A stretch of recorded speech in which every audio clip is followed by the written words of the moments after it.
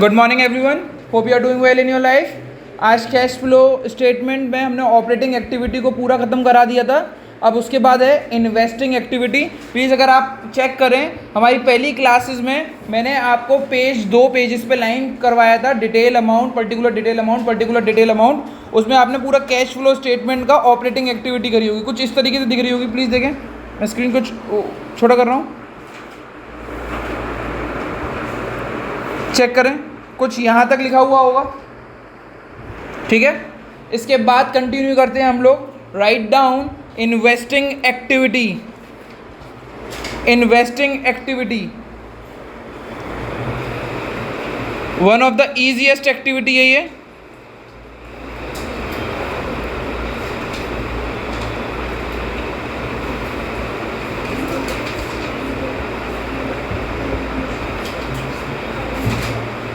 Heading डालें investing activity.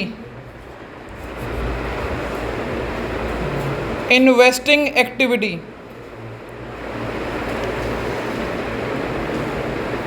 इस activity को बी बोला जाता है। ए एक्टिविटी का नाम क्या था? Operating activity. बी एक्टिविटी कौन सी है हमारी? Investing activity. Investing activity b से चालू होती है, मतलब बी बोलते हैं इसको। और ध्यान रखना, ऑपरेटिंग एक्टिविटी में लायबिलिटी को भी देखना होता है, असेट्स को भी देखना होता है, बट इन्वेस्टिंग एक्टिविटी को केवल आपको असेट पे ध्यान देना है। किस पे ध्यान देना है? असेट बढ़ रहे हैं तो प्लस, असेट माइनस हो रहे हैं तो माइनस। करंट असेट से मतलब नहीं होता, फिक्स असेट से मतलब होता है। किससे, कौन से असेट से होता है? फिक्स असेट का दूसरा नाम नॉन करेंट असेट। किससे? नॉन करेंट असेट्स में। और कुछ नहीं होता इसमें, इसके अलावा कुछ नहीं देखना होता। इन्वेस्टिंग एक्टिविटी को सॉल्व करने के लिए अगर पेपर में अगर क्वेश्चन आता है तो आपको एडिशनल इन्फॉर्मेशन में डेप्रिसिएशन से रिलेटेड कोई ना कोई बात दे रही है। पहले इन्वेस्टिंग एक्टिविटी को नॉर्मल तरीके से समझते हैं, क्या प्लस होता है क्या माइनस होता है। तो इन्वेस्टिंग एक्टिविटी में ऐड और लेस करके लिखते हैं हम लोग। ऐड में पैसा आएगा, यानी पैसा कब आता है? कोई चीज़ बेचने से या कोई चीज़ खरीदने से? बेचने से। तो आपने अपने असेट्स को बेचा है, तो जैसे कि इस असेट का नाम क्या? Sale of fixed asset. Fixed asset मतलब मशीन, फर्नीचर, बिल्डिंग, तो सेल ऑफ फिक्स्ड असेट। दूसरा, आपके पास कोई इन्वेस्टमेंट है वो भी बेच दिए, sale of long term investment. Long term investment. Short term investment का दूसरा नाम किसको पता है? शॉर्ट टर्म इन्वेस्टमेंट का दूसरा नाम होता है करेंट इन्वेस्टमेंट। वो नहीं आएंगे यहाँ पे, केवल इन्वेस्टमेंट आएंगे। अगर इन्वेस्टमेंट दे रखा है तो आएंगे, लॉन्ग टर्म इन्वेस्टमेंट दे रखा है तो आएंगे, बट अगर करंट इन्वेस्टमेंट दे रखा है तो नहीं आएगा। ध्यान रखिएगा, आपको असेट में करंट असेट की तरफ नहीं देखना है, आपको करंट असेट में नहीं देखना है। अगर आपके पास कोई गुडविल है, अगर आपके पास कोई गुडविल है, उसको आपने बेच दिया है, तो पेटेंट है वो बेच दिए हैं, तो सेल ऑफ इंटेंजिबल असेट। कौन से असेट?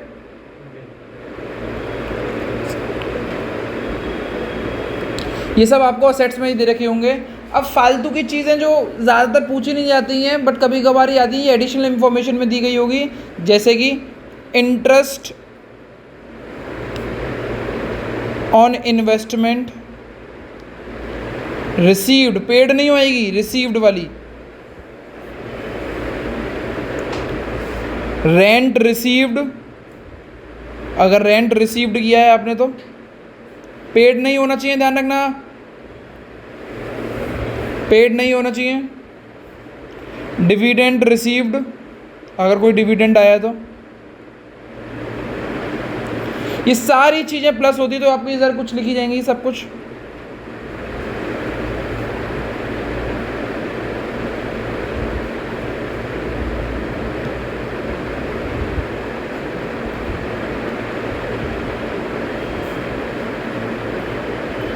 इन सब का टोटल मिला के बाहर आउटर वाले कॉलम में लिख देंगे प्लस में।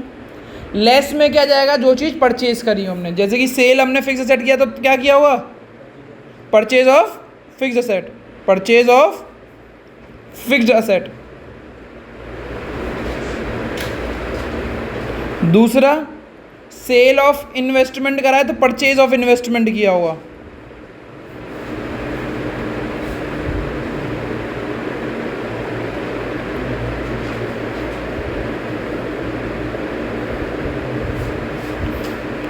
परचेज ऑफ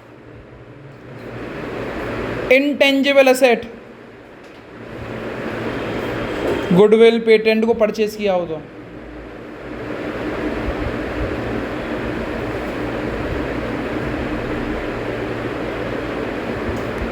लेस कोई एक्स्ट्रा ऑर्डिनरी आइटम्स में क्या कहते हैं, प्लस माइनस कर सकते हैं, उसको वैसे ज़रूरत नहीं है, इतना ही रहता है।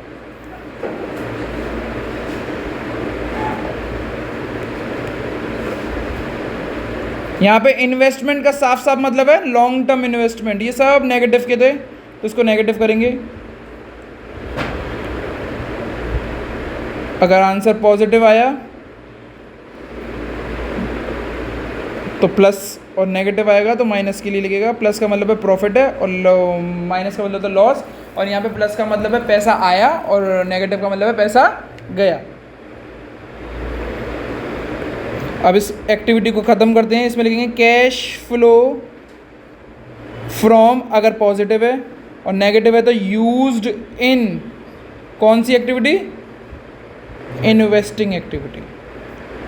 If you do this much और आपकी एक्टिविटी ख़त्म हो गई। देखा, ऑपरेटिंग एक्टिविटी को ख़त्म करने में हमें 4 से 5 दिन लग गए, 3-4 कैश फ्लो की क्लासेस लग गई, बट इन्वेस्टिंग एक्टिविटी को ख़त्म करने के लिए 1 दिन बस, और ये ख़त्म हो गया। प्लीज़ इसको उतार लें, स्क्रीन को पॉज कर लें। इन्वेस्टिंग एक्टिविटीज़ को हम तभी अच्छे से सीख सकते हैं जब हमें कोई भी फिक्स एसेट का अकाउंट बनाना आता हो, कोई भी फिक्स एसेट का अकाउंट बनाना होता है। क्योंकि इन्वेस्टिंग एक्टिविटी में अगर इन्वेस्टिंग एक्टिविटी में आता क्या है, सेल और परचेज, और सेल और परचेज जो पता लगेगी वो आपको अकाउंट से पता लगेगी। आज की क्लास इसीलिए इम्पोर्टेंट है। तो अब वर्किंग नोट 2 चालू होगा। जो हमने वर्किंग नोट 1 करा था उसके नीचे वर्किंग नोट 2 डालो, वर्किंग नोट 2।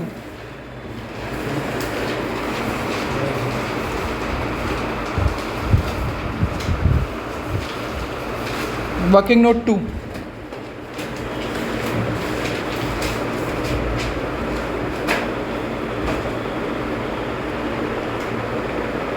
पहले फिक्स असेट का बनाना सीखेंगे हम अकाउंट, ठीक है ना। फिक्स असेट का, फिक्स असेट में डेप्रीसिएशन, प्लीज स्क्रीन पे देखें, बहुत इंपॉर्टेंट है।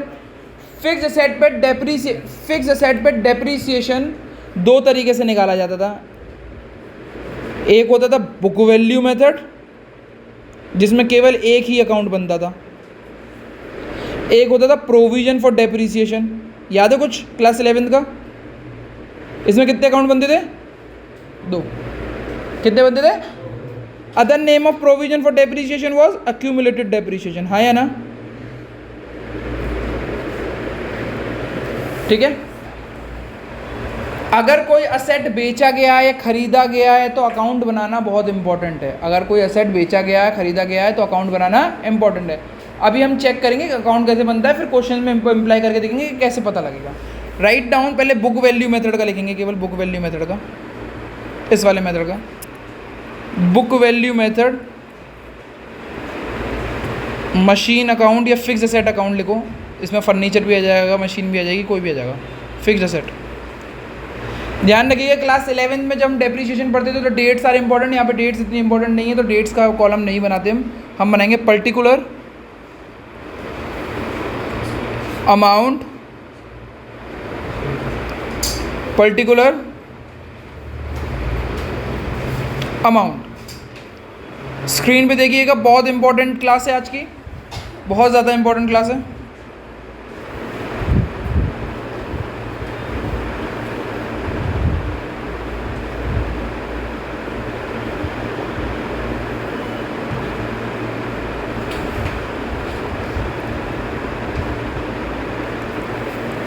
अगर पर्टिकुलर अमाउंट को चेक करें और फिक्स असेट अकाउंट को चेक करें तो फिक्स असेट एक असेट है और असेट का हमेशा ओपनिंग बैलेंस डेबिट का होगा। ये कहाँ पढ़ाया भैया? क्लास 11 में पढ़ाया था, ट्रायल बैलेंस सिखाते में पढ़ाया जाता है कि all assets have debit balance, all liability have credit balance. भैया मैंने क्लास 11 ठीक से नहीं करी तो कोई बात नहीं, अभी आप पढ़ लो कि असेट का अगर ओपनिंग बैलेंस आएगा तो डेबिट से चालू होगा। किससे चालू होगा? डेबिट से। तो यहाँ पे लिखेंगे to balance brought down, opening balance.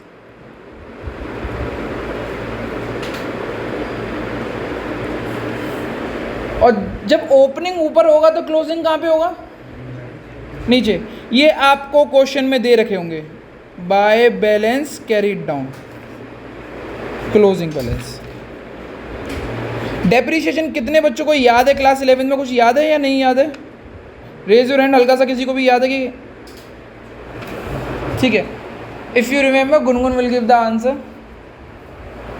Gungun, अगर हम डेप्रीशिएशन में मशीन खरीदते थे तो किधर आती थी, इधर या इधर? इधर? इधर? डेबिट या क्रेडिट?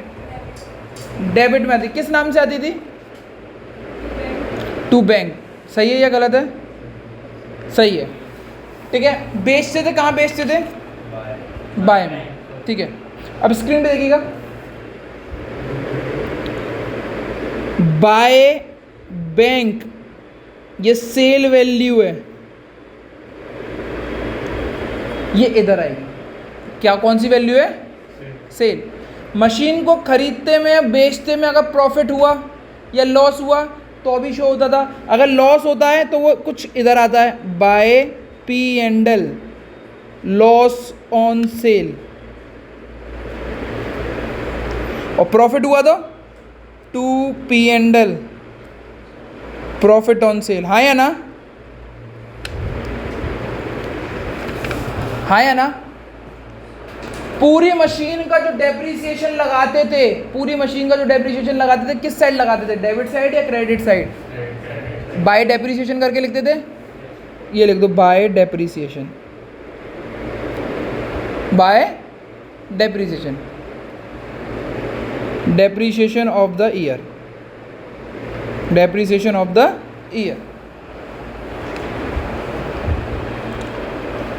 स्क्रीन पे देखें, अगर क्रेडिट साइड बड़ी आई और डेबिट साइड छोटी आई तो टू बैंक ब्रैकेट में परचेज बैलेंसिंग फिगर निकलेगी। क्या निकलेगी? Balancing figure. भैया मुझे समझ में नहीं आ रहा। मैं कहा इतनी तो चीज़ें समझ में आ गई, कौन सी चीज़ कहाँ पे आती है आगे क्वेश्चन से समझ लेंगे हम लोग, आगे क्वेश्चन से हम समझ लेंगे, कोई दिक्कत नहीं है। ठीक है,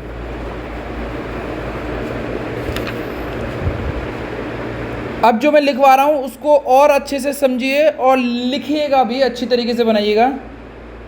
इस पूरी इसमें मुझे इससे बहुत मतलब है, इससे बहुत मतलब है, इससे बहुत मतलब है, इससे बहुत मतलब है, इससे भी बहुत ज़्यादा मतलब है। ये अकाउंट दो एक्टिविटीज़ को पूरा करेगा। कौन कौन सी एक्टिविटीज़ को पूरा करेगा? Let me show you. बेटा डेप्रीसिएशन कौन सी एक्टिविटी में यूज़ किया था हमने? तो ये ऑपरेटिंग एक्टिविटी में प्लस होता है, ओ ए, ऑपरेटिंग एक्टिविटी में। ऑपरेटिंग एक्टिविटी में क्या होता है? ये पहले मैं डेप्रीसिएशन आपको मुंह से बोल रहा था ना कि डेप्रीसिएशन इतना होगा, बट अब आपको डेप्रीसिएशन निकालना हुआ करेगा। अब आपको डेप्रीसिएशन निकालना हुआ करेगा। अगर क्रेडिट साइड बड़ी आती है तो बैलेंसिंग फिगर डेबिट साइड में निकलेगी, टू बैंक करके। और अगर डेबिट साइड बड़ी आती है और क्रेडिट साइड छोटी आती है तो बाय डेप्रीसिएशन बैलेंसिंग फिगर निकलेगी। क्या निकलेगी? By depreciation. भैया नहीं आ रहा समझ में? मैंने कहा कोई बात नहीं, क्वेश्चन से अच्छे से समझ लेंगे। ठीक है, अच्छे से क्वेश्चंस को समझ लेंगे। इसमें मुझे ये बताओ, loss on cell of asset कौन सी एक्टिविटी में आता था? ऑपरेटिंग। क्या होता था? प्लस या माइनस? और प्रॉफिट ऑन सेल क्या होता था? वो भी कौन सी एक्टिविटी में था? यानी इस अकाउंट में 1 2 3 4 5 6 7 चीज़ों में से 3 चीज़ तो हमारी क्या हो रही हैं? ऑपरेटिंग एक्टिविटी की। अब 2 चीज़ें बची, वो कौन सी बची? By bank. बाई बैंक का मतलब क्या है? खरीदना। खरीदना मतलब आपके पास से पैसा गया, तो माइनस करोगे इसको इन्वेस्टिंग एक्टिविटी में, माइनस करोगे इन्वेस्टिंग एक्टिविटी में। टू बैंक परचेज प्लस करोगे इन्वेस्टिंग एक्टिविटी में। सॉरी उल्टा हो गया, सॉरी। माइनस का वो सेल कर रहे हो तो आपके पास पैसा आएगा, तो प्लस करोगे इन्वेस्टिंग एक्टिविटी में, और परचेज कर रहे हो तो आपके पास से पैसा जाएगा, इसको करोगे minus, minus investing activity. If you do this much आपका अकाउंट पूरा क्लियर है, एक बार में शॉर्ट में आंसर आएगा।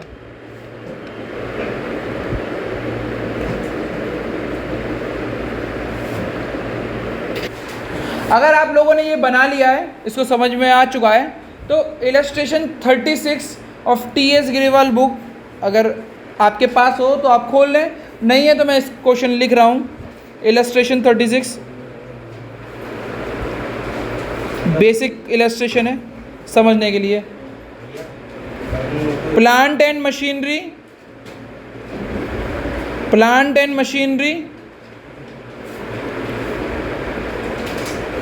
ओपनिंग बैलेंस क्लोजिंग बैलेंस दिया हुआ है 8,60,000, 9,50,000 और एडजस्टमेंट दे रखी है depreciation of the year 40,000, machine sold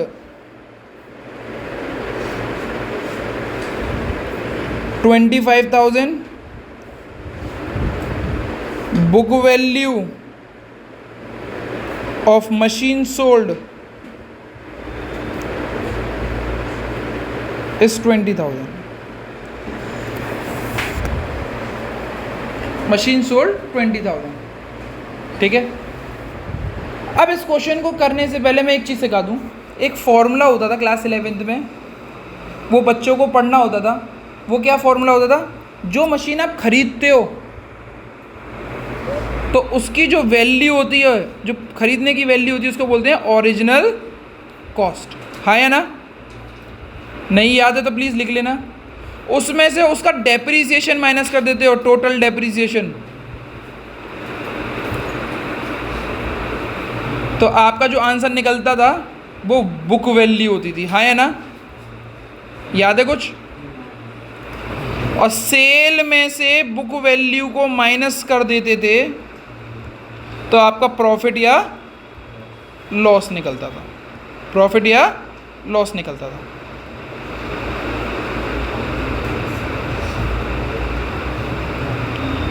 plus है तो प्रॉफिट, माइनस है तो लॉस।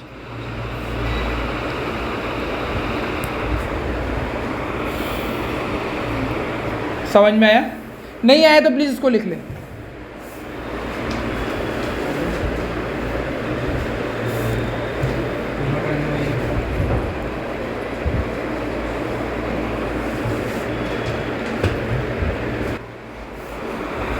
आपको 3 एडजस्टमेंट दे रखी है। डेप्रीसिएशन ऑफ द ईयर दे रखा है, मशीन सोल्ड की सेल वैल्यू दे रखी है, मशीन सोल्ड की बुक वैल्यू दे रखी है। मुझे बुक वैल्यू दे रखी है तो मैं इस अगर फॉर्मूले में रखूँ तो सीधे मैं यहाँ पे 25,000 रख सकता हूँ। हाँ या ना? हाँ या ना? मुझे निकालने की ज़रूरत नहीं है क्योंकि बुक वैल्यू मुझे निकाली हुई दे दी है। फिर सेल वैल्यू कितनी दी गई है बेटा मेरे को? कितनी दी है? अच्छा सॉरी, बुक वैल्यू 20,000 की दी है और सेल वैल्यू 25,000 की। बुक वैल्यू कितने की? 20,000 की। माइनस किया तो आंसर आया 5,000, वो भी किसके? प्लस के। ये कितना बच्चा समझ में आया? ये आया नहीं आया पहले ये बताओ। अगर नहीं आया तो फिर मैं आगे बढ़ूँ, वो रुकूँ। अब इस क्वेश्चन में बुक के हिसाब से तो एक ही चीज़ पूछी, इन्वेस्टिंग एक्टिविटी में क्या आएगा। मैं तो ये पूछना चाहता हूँ कि ऑपरेटिंग एक्टिविटीज़ में से भी कुछ चीज़ आएंगी या नहीं आएंगी। तो लेट अस सी। हमने सीधे पर्टिकुलर अमाउंट बनाया। हाँ या ना? भैया ने बोला था कोई भी एडजस्टमेंट आ जाए फिक्स एसेट से तो एक अकाउंट बना लेना। मैंने फिक्स एसेट का अकाउंट बना रहा था, तो अभी मशीन का अकाउंट बनाऊंगा मैं। Particular amount. और कौन से मेथड से बनाना है? बुक वैल्यू मेथड से। दूसरे वाले मेथड से कैसे पता लगेगा? वो थोड़ी देर में पता लग जाएगा आपको जब मैं पढ़ाऊँगा।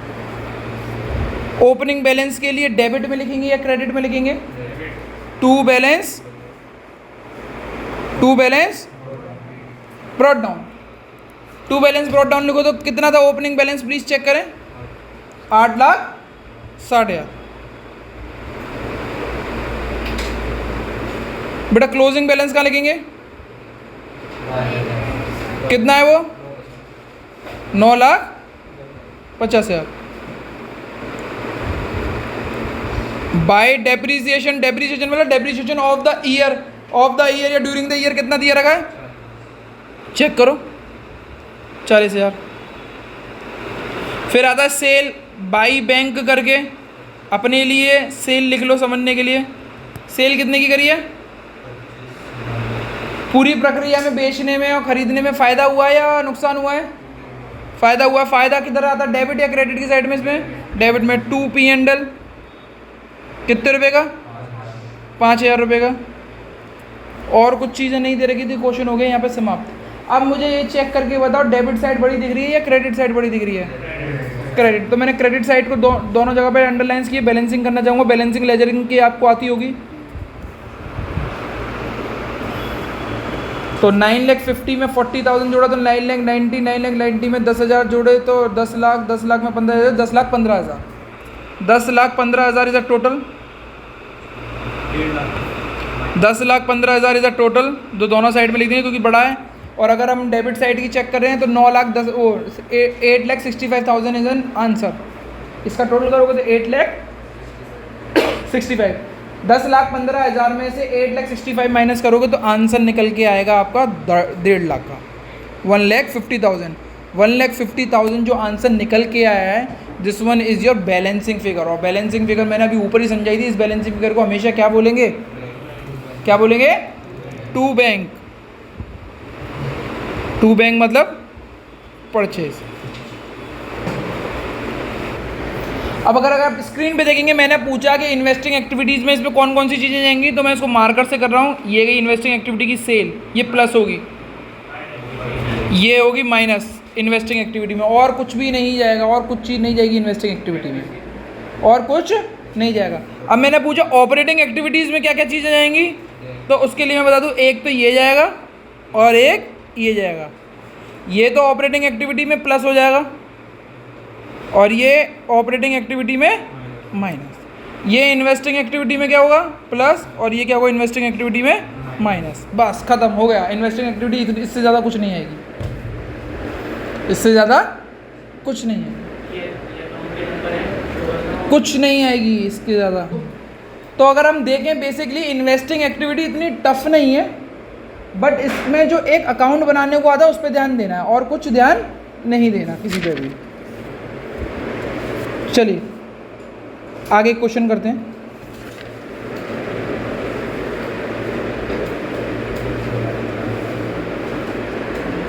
ओके, आपकी स्क्रीन पे क्वेश्चन दिया गया है जिसमें 31 मार्च 2023, 31 मार्च 2024 दो ईयर दी हुई है। 23 is a opening year, 24 is a closing year. Furniture fix set है तो फर्नीचर के बारे में दिया गया है, मशीन के बारे में नहीं दिया गया। उसके लिए नीचे एडजस्टमेंट दे रखी है कि फर्नीचर कॉस्टिंग, एक फर्नीचर था जिसकी कॉस्टिंग थी 20,000 की, उसके ऊपर पूरे साल का, पूरी ज़िंदगी भर का डेप्रीसिएशन था वो 7,000 का था। क्यूमुलेटेड डेप्रीसिएशन मतलब पूरी ज़िंदगी का डेप्रीसिएशन। उसको सोल्ड कर दिया गया कितने रुपए में, 9,500 के लिए। Depreciation during the year is 20,000। यहाँ पे दो डेप्रीसिएशन दे दी गए, एक छोटी मशीन जो बेच रहे हैं उसके लिए और एक पूरी मशीन के ऊपर का डेप्रीसिएशन है। Prepare machine account. अगर ऐसी क्वेश्चन आ गए तो 2 मिनट बाद मैं कराऊंगा, प्लीज़ पॉज करें और आप इस क्वेश्चन को करने की कोशिश करें।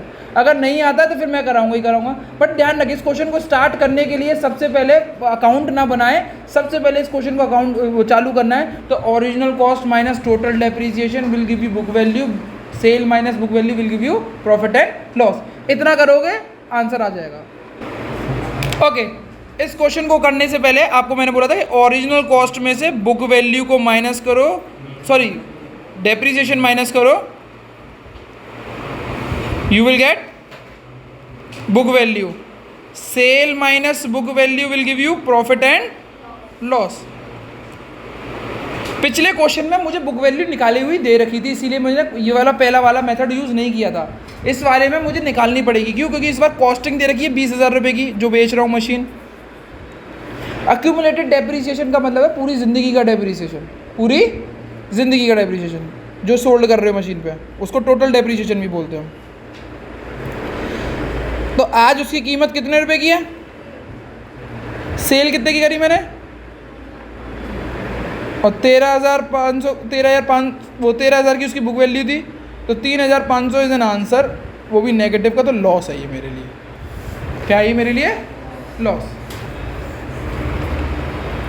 अब particular,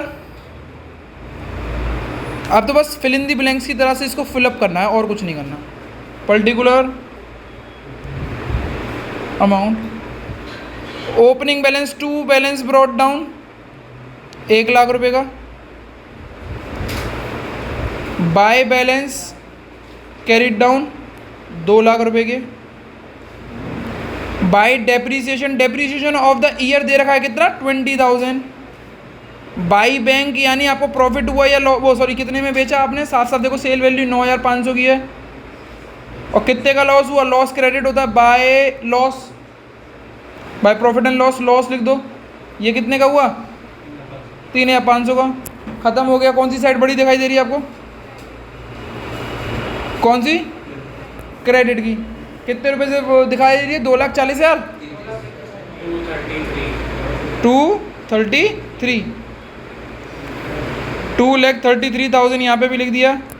1,33,000 is an answer of balancing figure, और बैलेंसिंग फिगर को क्या बोलते हैं हम लोग, टू बैंक, और ब्रैकेट में ध्यान रखना अगर क्रेडिट साइड बड़ी है तो बैलेंसिंग फिगर डेबिट साइड आएगी, और डेबिट साइड की बैलेंसिंग फिगर को हम परचेज बोलते हैं। बट अगर डेबिट साइड बड़ी है तो बैलेंसिंग फिगर क्रेडिट साइड आएगी और मोस्टली डेप्रीसिएशन ही निकलेगा, ये मिसिंग होगा पेपर में। समझ में आ गया, ऐसे क्वेश्चंस कराएंगे आप लोग, इतना करना था और कुछ नहीं। मैंने पूछा भैया आपको कि इन्वेस्टिंग एक्टिविटी में क्या क्या चीज़ आएगी, ये सेल प्लस होगी और 1,33,000 माइनस होंगी, बस खत्म। इफ़ यू डू दिस काफ़ी आपके लिए। कल की जो क्लास हम करेंगे तो उसमें हम प्रोविजन फॉर डेप्रिसिएशन यानी 2 अकाउंट बनाना सीखेंगे, ठीक है ना। अगर आप लोगों ने इतना कर लिया है यानी आप डेप्रिसिएशन के कुछ क्वेश्चन कर सकते हैं, इन्वेस्टिंग एक्टिविटी के कुछ क्वेश्चन कर सकते हैं, पर मैं चाहूँगा कि आप इन्वेस्टिंग एक्टिविटी पूरी ना करें, बस डेप्रिसिएशन के अकाउंट बनाना सीखें। तो new book TS Grewal 2025 edition, 24 या 24 बोलते हैं उसको, 25 तक चलेगा। इसमें 23 क्वेश्चन CFS का क्वेश्चन है, इलस्ट्रेशन नहीं है। 27, अब 23 में इन्वेस्टमेंट भी दे रखे हैं और लैंड एंड बिल्डिंग दे रखे हैं, केवल लैंड एंड बिल्डिंग से ध्यान रखना और किसी के ऊपर मत ध्यान रखना, भी जितना पढ़ा है उतना ही। 27 में प्लांट एंड मशीनरी है, लैंड एंड बिल्डिंग है और इन्वेस्टमेंट है, केवल प्लांट एंड मशीनरी और लैंड से ध्यान रखना और किसी से नहीं, इन्वेस्टमेंट से ध्यान मत रखना, ये मैं सिखाऊंगा कल। क्वेश्चन नंबर 28, बस इतने 3 क्वेश्चंस करने हैं आप। That's it from my side, thank you everyone. आज की क्लास यहीं पे समाप्त होती है।